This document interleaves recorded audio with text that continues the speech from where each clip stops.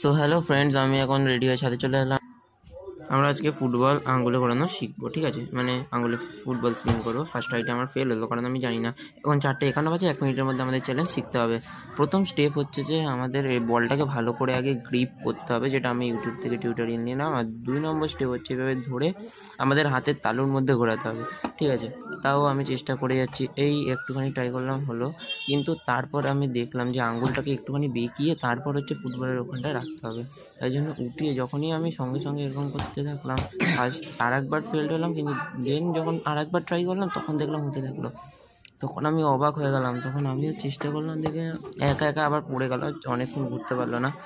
Next ট্রাইতে আমি আরও ভালো করে ঘোরালাম। তাহলে তোমরা দেখতেই পাচ্ছ আমি 1 মিনিটের মধ্যে চ্যালেঞ্জটা আরামসে কমপ্লিট করে ফেলেছি।